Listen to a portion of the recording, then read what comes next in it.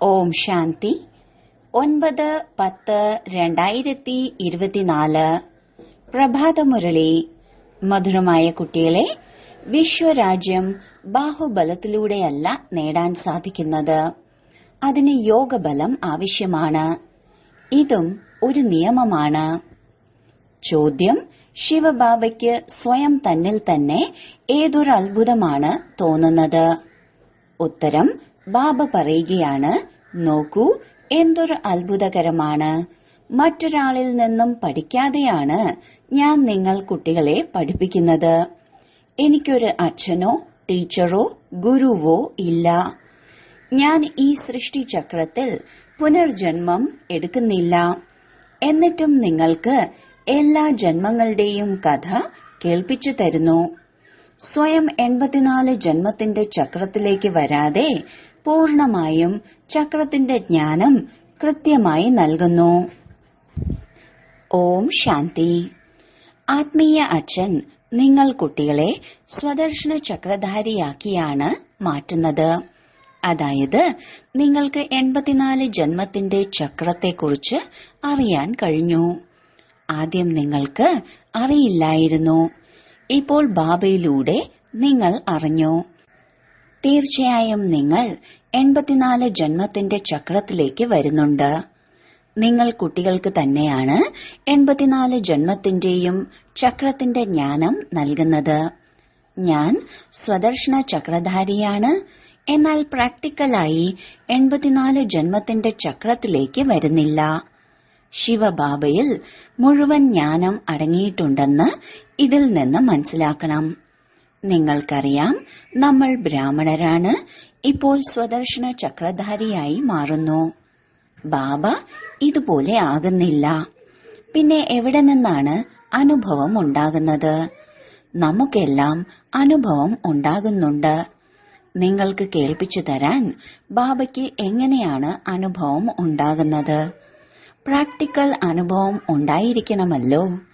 ബാബ പറയുകയാണ്, എന്നെ ജ്ഞാനസാഗരനെന്ന് പറയുന്നുണ്ട്, എന്നാൽ ഞാൻ 84 ജന്മത്തിന്റെ ചക്രത്തിലേക്ക് വരുന്നില്ല.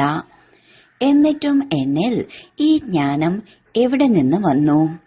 ടീച്ചർ പഠിപ്പിക്കുകയാണെങ്കിൽ പഠിക്കുകയും വേണമല്ലോ. ശിവബാബ ഇത് എങ്ങനെയാണ് പഠിക്കുന്നത്? ശിവബാബ സ്വയം 84 ജന്മങ്ങളുടെ ചക്രത്തിൽ വരാത്തതുകൊണ്ട് 84 ജന്മങ്ങളുടെ ചക്രത്തെക്കുറിച്ച് അറിയുന്നത് എങ്ങനെയാണ്? ബാബ ബീജരൂപമായതുകൊണ്ട് എല്ലാം അറിയുന്നു. സ്വയം 84ന്റെ ചക്രത്തിൽ വരുന്നില്ല. എന്നാൽ എല്ലാ കാര്യങ്ങളും നിങ്ങൾക്ക് മനസ്സിലാക്കി തരുന്നു. ഇതും അത്ഭുതമാണല്ലോ. ബാബ ഏതെങ്കിലും ശാസ്ത്രം പഠിക്കുന്നു എന്നല്ല, പറയുകയാണ്, ഡ്രാമയനുസരിച്ച് ബാബയിൽ മുഴുവൻ ജ്ഞാനവും അടങ്ങിയിട്ടുണ്ട്. അത് നിങ്ങളെ കേൾപ്പിക്കുന്നു. അപ്പോൾ അത്ഭുതമായ ടീച്ചറുമല്ലേ? അത്ഭുതം ആഗ്രഹിക്കുന്നതുകൊണ്ട് ബാബയ്ക്ക് വലിയ വലിയ പേര് വെച്ചിരിക്കുന്നു. ഈശ്വരൻ, പ്രഭു, അന്തർയാമി എന്നെല്ലാം. ഈശ്വരനിൽ എങ്ങനെയാണ് മുഴുവൻ ജ്ഞാനവും നിറഞ്ഞിരിക്കുന്നത് എന്നതിൽ നിങ്ങൾക്ക് അത്ഭുതമുണ്ടാകും. ഏത് ജ്ഞാനമാണോ നമുക്ക് മനസ്സിലാക്കി തന്നുകൊണ്ടിരിക്കുന്നത്, അത് എവിടെ നിന്നും വന്നതാണ്? ബാബയ്ക്ക് ജന്മം നൽകാനോ മനസ്സിലാക്കി കൊടുക്കാനോ അച്ഛനൊന്നുമില്ല. നിങ്ങളെല്ലാവരും സഹോദര സഹോദരങ്ങളാണ്. ബാബ ഒറ്റയ്ക്കെങ്ങനെ നിങ്ങളുടെ അച്ഛനും ബീജരൂപവുമാകും? എത്രയധികം ജ്ഞാനമാണ് ബാബ നിങ്ങൾ കുട്ടികൾക്ക് കേൾപ്പിച്ചു തരുന്നത്. ഞാൻ 84 ജന്മങ്ങൾ എടുക്കുന്നില്ല, നിങ്ങളാണ് എടുക്കുന്നതെന്ന് പറയുന്നു. ബാബ, താങ്കൾ എങ്ങനെയാണ് അറിയുന്നത് എന്ന ചോദ്യം അപ്പോൾ തീർച്ചയായും ഉണ്ടാകും. ബാബ പറയുകയാണ്, കുട്ടികളെ, അനാദി ഡ്രാമയനുസരിച്ച് എന്നിൽ ആദ്യം തന്നെ ഈ ജ്ഞാനമുണ്ട്. അതാണ് നിങ്ങളെ പഠിപ്പിക്കുന്നത്.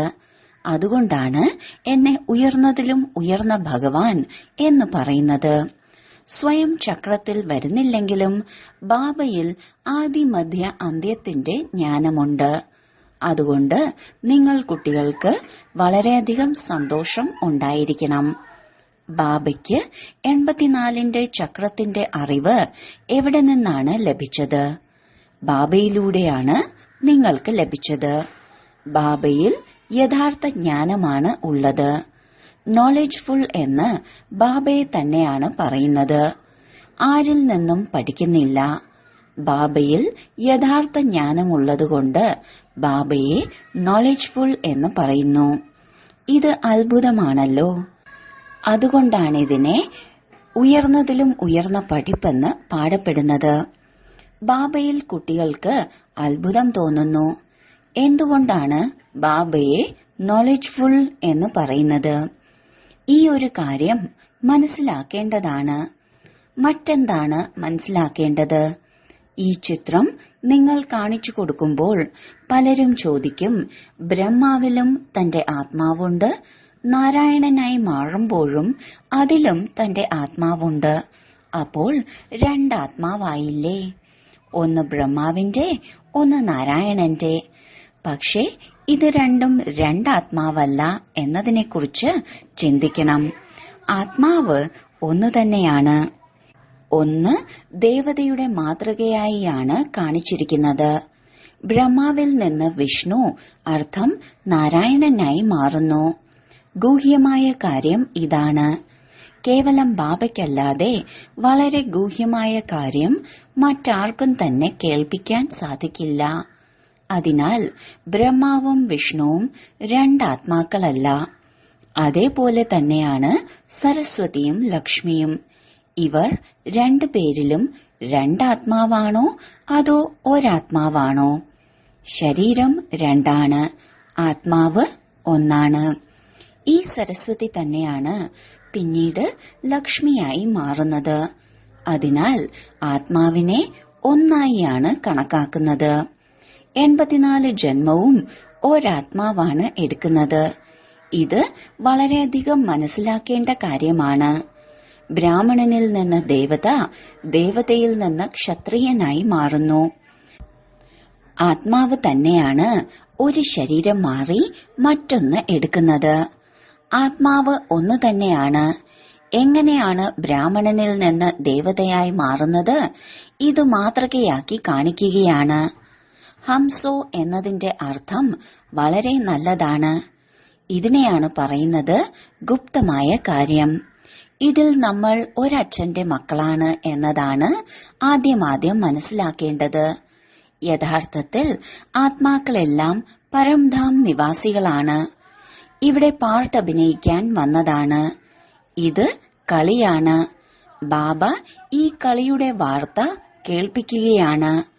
ബാബ യഥാർത്ഥമായി മനസ്സിലാക്കുന്നു. ബാബയ്ക്ക് ആരും പഠിപ്പിച്ചു കൊടുക്കുന്നില്ല. നിങ്ങൾക്ക് ഈ സമയം കേൾപ്പിച്ചു തന്നുകൊണ്ടിരിക്കുന്ന 84 ജന്മത്തിന്റെ ചക്രത്തെക്കുറിച്ച് ബാബയ്ക്ക് മാത്രമേ അറിയൂ. പിന്നീട് നിങ്ങൾ മറന്നുപോകുന്നു. വീണ്ടും ഇതിനെക്കുറിച്ചുള്ള ശാസ്ത്രങ്ങൾ എങ്ങനെയാണ് ഉണ്ടാക്കുന്നത്? ബാബ ശാസ്ത്രങ്ങളൊന്നും പഠിക്കുന്നില്ല. പിന്നെങ്ങനെയാണ് വന്ന് പുതിയ പുതിയ കാര്യങ്ങൾ കേൾപ്പിക്കുന്നത്? പകുതി കൽപ്പം ഭക്തിമാർഗമാണ്. ഈ കാര്യങ്ങളും ശാസ്ത്രങ്ങളിലില്ല.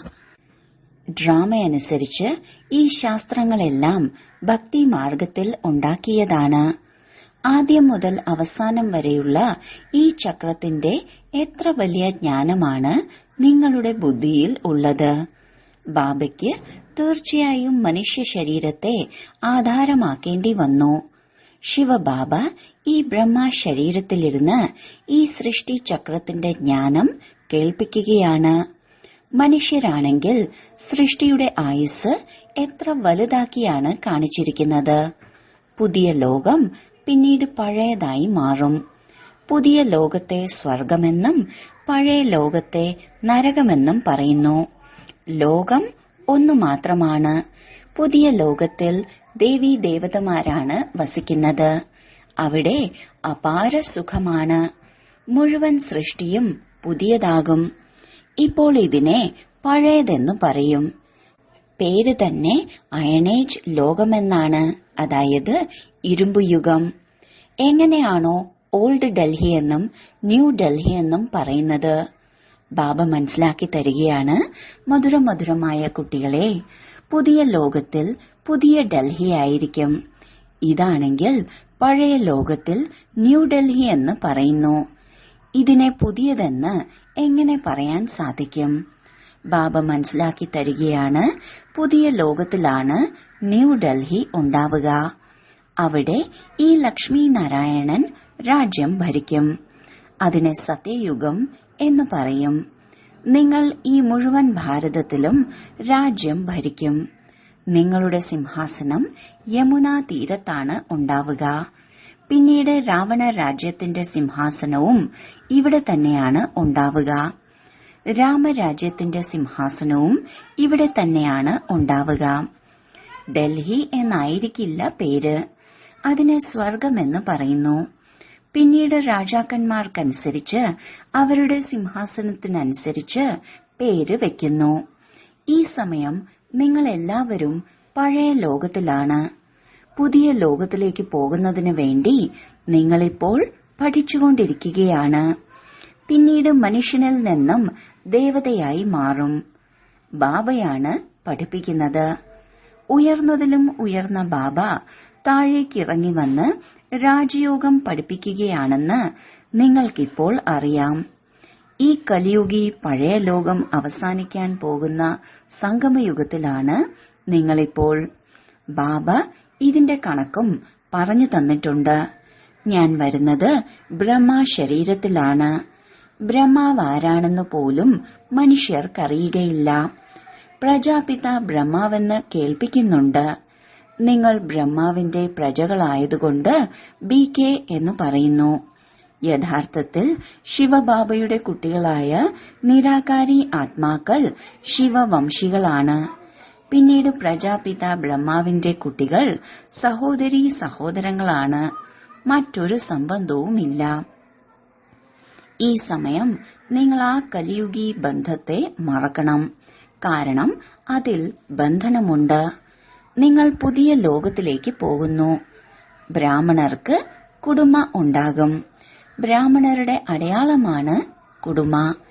ഇത് നിങ്ങളുടെ ബ്രാഹ്മണ കുലമാണ്. അത് കലിയുഗി ബ്രാഹ്മണരാണ്. ബ്രാഹ്മണർ വഴികാട്ടികളാണ്. ഒരു തരം ബ്രാഹ്മണൻ ഭക്ഷണം സ്വീകരിക്കുന്നു, മറ്റൊരു തരം ഗീത കേൾപ്പിക്കുന്നു. ഇപ്പോൾ നിങ്ങൾ ബ്രാഹ്മണർ ഈ ഗീത കേൾപ്പിക്കുന്നു, അവരും ഗീത കേൾപ്പിക്കുകയാണ്, നിങ്ങളും ഗീത കേൾപ്പിക്കുകയാണ്. എത്രയാണ് വ്യത്യാസമെന്ന് നോക്കൂ. കൃഷ്ണനെ ഭഗവാൻ എന്ന് പറയാൻ കഴിയില്ലെന്ന് നിങ്ങൾ പറയുന്നു. കൃഷ്ണനെ ദേവതയെന്നാണ് പറയുക. കൃഷ്ണനിൽ ദൈവിക ഗുണമുണ്ട്. കൃഷ്ണനെ ഈ കണ്ണുകൾ കൊണ്ട് കാണാൻ സാധിക്കും. ശിവക്ഷേത്രത്തിൽ പോയി നോക്കുകയാണെങ്കിൽ ശരീരം കാണാൻ സാധിക്കുകയില്ല. ശിവൻ പരമ ആത്മാവാണ്, അർത്ഥം പരമാത്മാവ്. ഈശ്വരൻ, പ്രഭു, ഭഗവാൻ എന്നീ വാക്കുകളുടെ അർത്ഥം പോലും വരുന്നില്ല. പരമാത്മാവ് തന്നെയാണ് സുപ്രീം ആത്മാവ്. നിങ്ങൾ സുപ്രീം അല്ല. ബാബയുടെ ആത്മാവും നിങ്ങൾ ആത്മാവും നോക്കൂ, എത്ര വ്യത്യാസമുണ്ട്. നിങ്ങൾ ആത്മാക്കൾ ഇപ്പോൾ പരമാത്മാവിൽ നിന്ന് പഠിച്ചുകൊണ്ടിരിക്കുകയാണ്. ബാബ ഒരാളിൽ നിന്നും പഠിക്കുന്നില്ല. ബാബ അച്ഛനാണല്ലോ. ഈ പരംപിത പരമാത്മാവിനെ തന്നെയാണ് നിങ്ങൾ അച്ഛനെന്നും ടീച്ചറെന്നും ഗുരുവെന്നും പറയുന്നത്. എല്ലാം ഒന്നാണ്. മറ്റൊരാത്മാവിനും അച്ഛനും ടീച്ചറും ഗുരുവുമായി മാറാൻ സാധിക്കില്ല. ഒരേ ഒരു പരമാത്മാവിനെ തന്നെയാണ് സുപ്രീം എന്ന് പറയുന്നത്. ഓരോരുത്തർക്കും ആദ്യം അച്ഛനുണ്ടായിരിക്കണം, പിന്നീട് ടീച്ചർ ആവശ്യമാണ്, അവസാനം ഗുരുവും വേണം. ബാബയും പറയുന്നു, ഞാൻ നിങ്ങളുടെ അച്ഛനുമാണ്, ടീച്ചറുമാണ്, സദ്ഗതി ദാതാവായ സദ്ഗുരുവുമാണ്. സദ്ഗതി നൽകുന്ന ഗുരു ഒരാൾ മാത്രമാണ്. ബാക്കി ഗുരുക്കന്മാർ അനേകമുണ്ട്.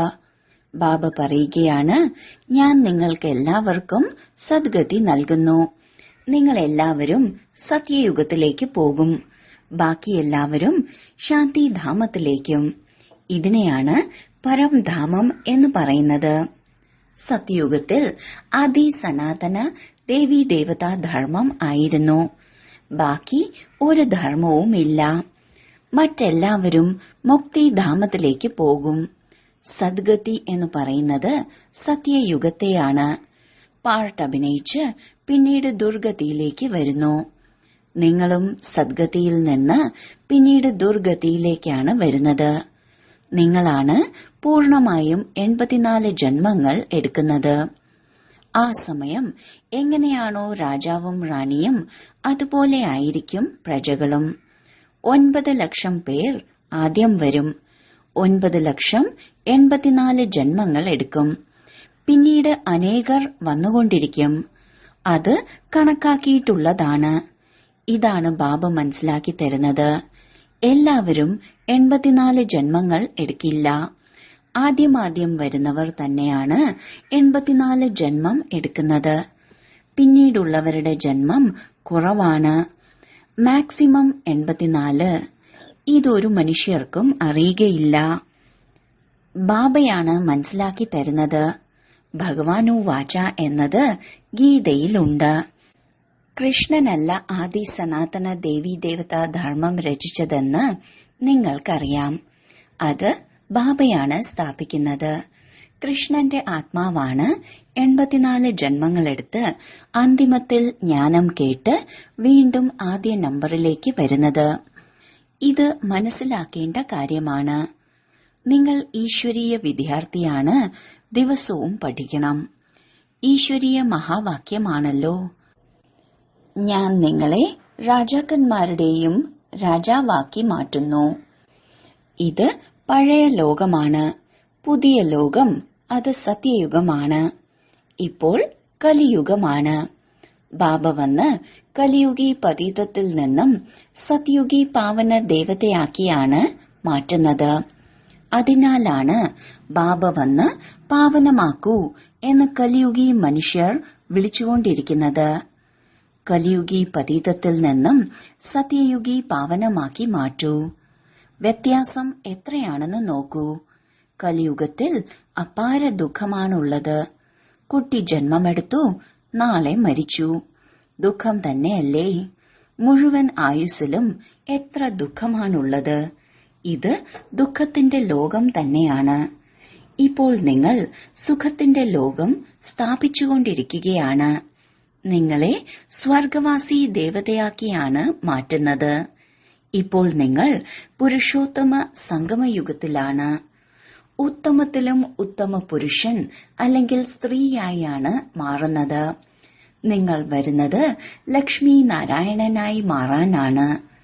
വിദ്യാർത്ഥി ടീച്ചറുമായാണ് യോഗം വയ്ക്കുന്നത്. ഇവരിലൂടെ പഠിച്ച് ഇന്നതായി തീരുമെന്ന് മനസ്സിലാക്കുന്നു. ആരാണോ നിങ്ങളെ ദേവതയാക്കുന്നത് ആ പരമപിത പരമാത്മാവായ ശിവനുമായി യോഗം വയ്ക്കണം. അച്ഛനായ എന്നെ ഓർമ്മിക്കൂ. എന്റെ സാളിഗ്രാമങ്ങളായ കുട്ടികളാണ്. ആത്മാവെന്ന് മനസ്സിലാക്കി ബാബയെ ഓർമ്മിക്കൂ. ബാബ ജ്ഞാനസാഗരനാണ്. ബാബ നിങ്ങൾക്ക് സത്യമായ ഗീതയാണ് കേൾപ്പിക്കുന്നത്. പക്ഷെ സ്വയം പഠിക്കുന്നില്ല. ഞാൻ ഒരാളുടെയും കുട്ടിയല്ല, ഒരാളിൽ നിന്നും പഠിക്കുന്നുമില്ല എന്നാണ് പറയുന്നത്. എനിക്കൊരു ഗുരുവും ഇല്ല. ഞാൻ നിങ്ങൾ കുട്ടികളുടെ അച്ഛനും ടീച്ചറും സദ്ഗുരുവുമാണ്. ബാബയെ പരമാത്മാവെന്ന് പറയുന്നു. ഈ മുഴുവൻ സൃഷ്ടിയുടെ ആദി മധ്യ അന്ത്യത്തെക്കുറിച്ച് അറിയുന്നു. എപ്പോൾ വരെ അതിനെക്കുറിച്ച് കേൾക്കുന്നില്ലയോ അതുവരെ നിങ്ങൾക്ക് ആദി മധ്യ അന്ത്യത്തെക്കുറിച്ച് മനസ്സിലാക്കാനും സാധിക്കുകയില്ല. ഈ ചക്രത്തെ അറിയുന്നതിലൂടെ നിങ്ങൾ ചക്രവർത്തി രാജാവായി തീരുന്നു. നിങ്ങളെ ഈ ബ്രഹ്മ ബാബയല്ല പഠിപ്പിക്കുന്നത്. ബ്രഹ്മാവിൽ ശിവബാബ പ്രവേശിച്ചാണ് പഠിപ്പിക്കുന്നത്. ഇത് പുതിയ കാര്യമാണല്ലോ. ഇത് സംഗമയുഗത്തിലാണ് സംഭവിക്കുന്നത്. പഴയ ലോകം അവസാനിക്കും. ചിലരുടേത് മണ്ണിൽ ലയിച്ചു ചേരും, ചിലരുടേത് രാജാക്കന്മാരെടുക്കും. അനേകരുടെ മംഗളം ചെയ്യുന്നതിനും പിന്നീട് ദേവതയാക്കി മാറ്റുന്നതിനും വേണ്ടി പാഠശാല, മ്യൂസിയം തുറക്കൂ എന്ന് കുട്ടികളോട് ബാബ പറയുകയാണ്. അവിടെ എല്ലാവരും സുഖത്തിന്റെ സമ്പത്ത് നേടും. ഇപ്പോൾ രാവണ രാജ്യമാണ്. രാമരാജ്യത്തിൽ സുഖമായിരുന്നു. രാവണ രാജ്യത്തിൽ ദുഃഖവും. കാരണം എല്ലാവരും വികാരികളായി മാറിക്കഴിഞ്ഞു. സത്യയുഗം നിർവികാരി ലോകമാണ്. ലക്ഷ്മി നാരായണനും കുട്ടികളുമുണ്ട്. പക്ഷെ അവിടെ യോഗബലമാണ് ഉള്ളത്. ബാബ നിങ്ങളെ യോഗബലമാണ് പഠിപ്പിക്കുന്നത്. യോഗബലത്തിലൂടെ നിങ്ങൾ വിശ്വത്തിന്റെ അധികാരികളായി മാറുന്നു. ബാഹുബലത്തിലൂടെ ഒരിക്കലും ഒരാൾക്കും വിശ്വത്തിന്റെ അധികാരിയായി മാറാൻ സാധിക്കില്ല. ഇത് നിയമമല്ല. നിങ്ങൾ കുട്ടികൾ ഓർമ്മയുടെ ബലത്തിലൂടെ മുഴുവൻ വിശ്വത്തിലെയും ചക്രവർത്തി പദവി നേടുകയാണ്. ഇത് എത്ര ഉയർന്ന പഠിപ്പാണ്. ആദ്യമാദ്യം പവിത്രതയുടെ പ്രതിജ്ഞ ചെയ്യൂ എന്നാണ് ബാബ പറയുന്നത്. പവിത്രമായി മാറുന്നതിലൂടെ നിങ്ങൾ പവിത്ര ലോകത്തിന്റെ അധികാരിയായി മാറും. ശരി, വളരെ കാലത്തെ വേർപാടിനു ശേഷം തിരിച്ചു കിട്ടിയ മധുരമധുരമായ കുട്ടികൾക്ക് മാതാവും പിതാവുമായ ബാബ്ദാദയുടെ സ്നേഹസ്മരണയും സുപ്രഭാതവും. ആത്മീയ അച്ഛന്റെ ആത്മീയ കുട്ടികൾക്ക് നമസ്കാരം. ധാരണയ്ക്കുള്ള മുഖ്യസാരം: 1. ഏതെല്ലാം കലിയുഗി ബന്ധങ്ങൾ ഈ സമയത്ത് ബന്ധനമായിട്ടുണ്ടോ അതിനെ മറന്ന് സ്വയത്തെ സംഗമയുഗി ബ്രാഹ്മണനാണെന്ന് മനസ്സിലാക്കണം. സത്യമായ ഗീത കേൾക്കണം, കേൾപ്പിക്കണം. 2. പഴയ ലോകം അവസാനിക്കാൻ പോവുകയാണ്. അതിനാൽ തന്റേതായി എന്തെല്ലാം ഉണ്ടോ അതെല്ലാം സഫലീകരിക്കണം. അനേകരുടെ മംഗളത്തിനു വേണ്ടി, മനുഷ്യരെ ദേവതയാക്കി മാറ്റുന്നതിന് വേണ്ടി പാഠശാല അല്ലെങ്കിൽ മ്യൂസിയം തുറക്കണം. വരദാനം: ബാബയുടെ ആജ്ഞയാണെന്ന് മനസ്സിലാക്കി പ്രേമത്തിലൂടെ ഓരോ കാര്യത്തെയും സഹിക്കുന്ന സഹനശീലരായി ഭവിക്കട്ടെ. പല കുട്ടികളും പറയുന്നുണ്ട്, നമ്മൾ ശരിയാണ്, എന്നാലും നമുക്ക് സഹിക്കേണ്ടതായി വരുന്നു, മരിക്കേണ്ടതായി വരുന്നു. എന്നാൽ സഹിക്കുന്നതിലൂടെയും മരിക്കുന്നതിലൂടെയും തന്നെയാണ് ധാരണയുടെ കാര്യത്തിൽ നമ്പർ നേടുന്നത്. അതിനാൽ സഹിക്കുന്ന കാര്യത്തിൽ പരിഭ്രമിക്കരുത്. പല കുട്ടികളും സഹിക്കുന്നുണ്ട്, എന്നാൽ പ്രയാസത്തോടെ സഹിക്കുന്നതും പ്രേമത്തോടെ സഹിക്കുന്നതും തമ്മിൽ വ്യത്യാസമുണ്ട്. കാര്യങ്ങൾ കാരണമല്ല സഹിക്കേണ്ടത്, ബാബയുടെ ആജ്ഞയാണ് സഹനശീലരാകൂ എന്നത്. അപ്പോൾ ആജ്ഞയെന്ന് മനസ്സിലാക്കി പ്രേമത്തിൽ സഹിക്കണം. അതായത് സ്വയത്തെ പരിവർത്തനപ്പെടുത്തണം. ഇതിലാണ് മാർക്കുള്ളത്. സ്ലോഗൻ: ആരാണോ സദാ സന്തോഷത്തിന്റെ ടോണിക് കഴിക്കുന്നത് അവർ ആരോഗ്യശാലി ആയിരിക്കുന്നു. ഓം ശാന്തി.